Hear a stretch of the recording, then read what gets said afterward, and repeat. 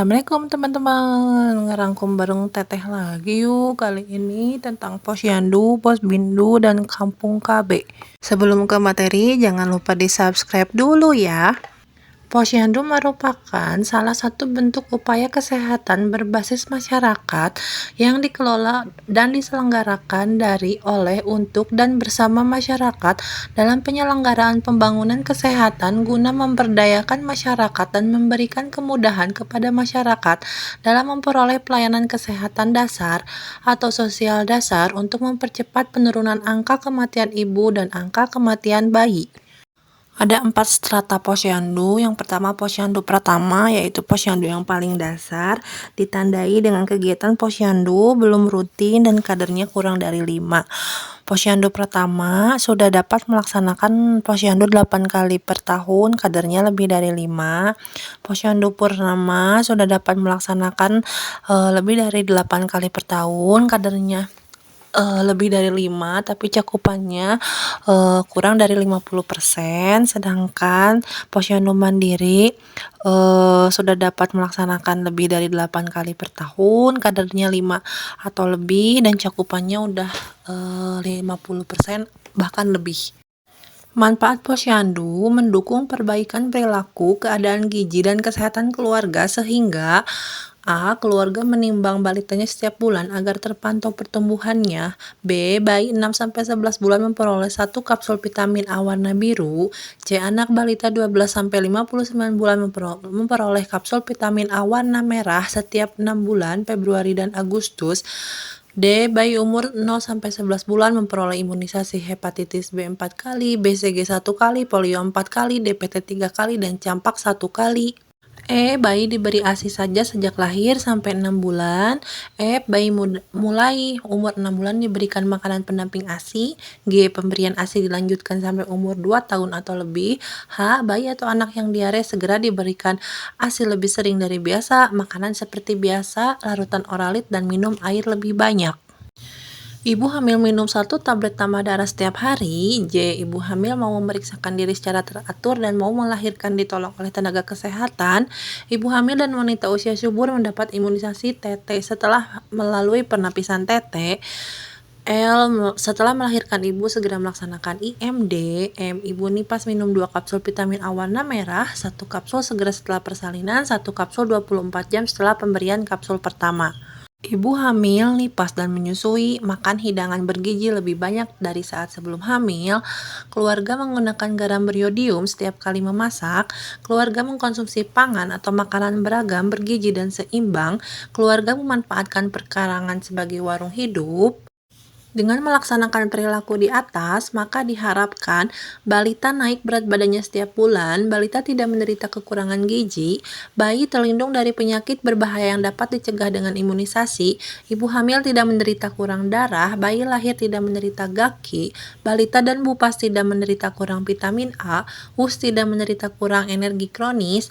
Masyarakat semakin menyadari pentingnya gizi dan kesehatan dan menurunkan jumlah kematian ibu dan balita. Manfaat yang kedua yaitu mendukung perilaku hidup bersih dan sehat sehingga keluarga buang air kecil atau besar menggunakan jamban, keluarga memanfaatkan air bersih untuk kehidupan sehari-hari, tidak merokok di dalam rumah, keluarga mencuci tangan pakai sabun, rumah bebas jentik nyamuk, persalinan ibu ditolong oleh tenaga kesehatan, keluarga makan buah dan sayur setiap hari, ASI eksklusif, menimbang balita tiap bulan, dan keluarga berencana.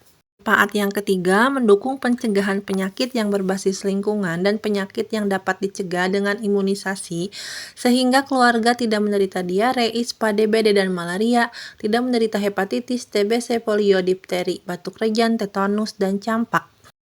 Yang keempat, mendukung pelayanan keluarga berencana sehingga pasangan usia subur menjadi peserta KB dapat memilih alat kontrasepsi jangka pendek atau jangka panjang yang cocok dan tepat penggunaannya. 5. Mendukung pemberdayaan keluarga dan masyarakat dalam penganekaragaman pangan melalui pemanfaatan pekarangan untuk memotivasi kelompok dasar Wisma berperan aktif. Kegiatan utama di posyandu meliputi kesehatan ibu dan anak, pemberian tablet tambah darah atau pil besi minimal 3 kali pemberian atau 90 TTD, imunisasi TT, pemeriksaan kehamilan, gizi, pemantauan pertumbuhan melalui penimbangan bulanan, pemberian vitamin A dosis tinggi, pemberian makanan tambahan, imunisasi, KB, penanggulangan diare.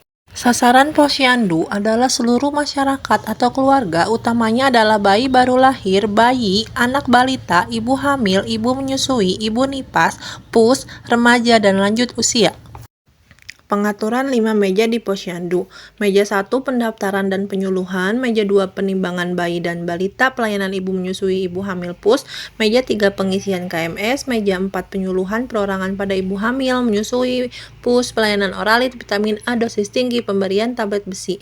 Meja 5 pelayanan KIA, pemeriksaan ibu hamil, pemberian imunisasi, pelayanan KB, dan pelayanan pengobatan. Lanjut ke Posbindu. Pos Binaan Terpadu atau Posbindu adalah kegiatan monitoring dan deteksi dini pada faktor risiko penyakit tidak menular, terintegrasi, serta gangguan akibat kecelakaan dan tindakan kekerasan dalam rumah tangga yang dikelola oleh masyarakat melalui pembinaan terpadu.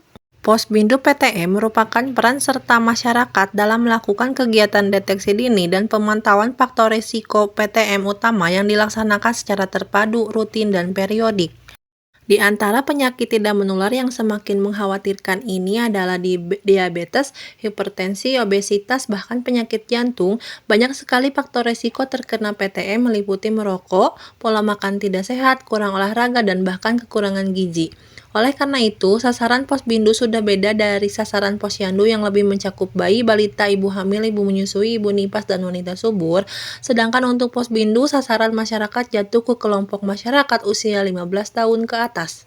Adapun jenis kegiatan Posbindu PTM meliputi melakukan wawancara untuk menggali informasi faktor risiko keturunan dan perilaku, melakukan penimbangan dan mengukur lingkar perut serta indeks massa tubuh termasuk analisa lemak tubuh, melakukan pengukuran tekanan darah, melakukan pemeriksaan gula darah, melakukan pengukuran kadar lemak darah, melakukan pemeriksaan fungsi paru sederhana, pemeriksaan infeksi visual asetat oleh tenaga dokter dan bidan terlatih di puskesmas, melaksanakan konseling, melakukan olahraga atau aktivitas fisik bersama, melakukan rujukan ke puskesmas. Lanjut ke Kampung KB. Kampung keluarga berkualitas didefinisikan sebagai satuan wilayah setingkat desa di mana terdapat integrasi dan konvergensi penyelenggaraan, pemberdayaan, dan penguatan institusi keluarga dalam seluruh dimensinya guna meningkatkan kualitas sumber daya manusia, keluarga, dan masyarakat. Tujuan dan strategis pengelolaan kampung keluarga berkualitas adalah meningkatnya kualitas hidup keluarga dan masyarakat melalui pendekatan pelayanan program KKBPK dan pelayanan dasar, penguatan 8 fungsi keluarga, partisipasi aktif masyarakat, pembangunan yang terintegrasi lintas sektor. Indikator keberhasilan Kampung KB meliputi 3 indikator. Yang pertama indikator input, yaitu tingginya partisipasi seluruh potensi kampung untuk kemajuan Kampung KB, beragamnya kegiatan yang dilaksanakan secara terpadu baik program pemerintah maupun inovasi masyarakat, besarnya sumber anggaran Kampung KB yang didapat baik dari iuran masyarakat, bantuan pemerintah maupun donatur yang tidak mengikat, ketersediaan sarana dan prasarana. Yang kedua, indikator proses meliputi berjalannya kegiatan di masing-masing seksi, peran serta petugas pemerintah dalam sinkronasi kegiatan, peran serta institusi masyarakat dan pengelolaan Kampung KB, menjalankan 8 fungsi keluarga dilaksanakan di setiap keluarga, frekuensi dan kualitas kegiatan KIE atau penyuluhan, frekuensi pelayanan KBKR, frekuensi pelayanan dari sektor lainnya, frekuensi pertemuan berkala kelompok-kelompok, frekuensi kegiatan gerakan masyarakat Kampung KB.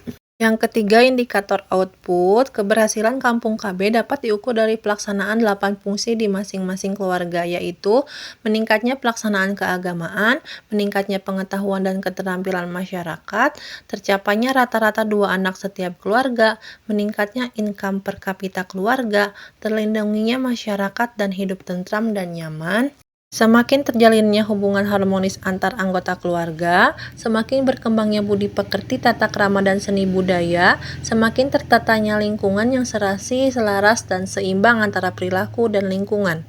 Sekian rangkuman tentang Posyandu, Posbindu, dan Kampung KB. Kurang lebihnya mohon dimaafkan. Jangan lupa di subscribe, like, dan komen ya.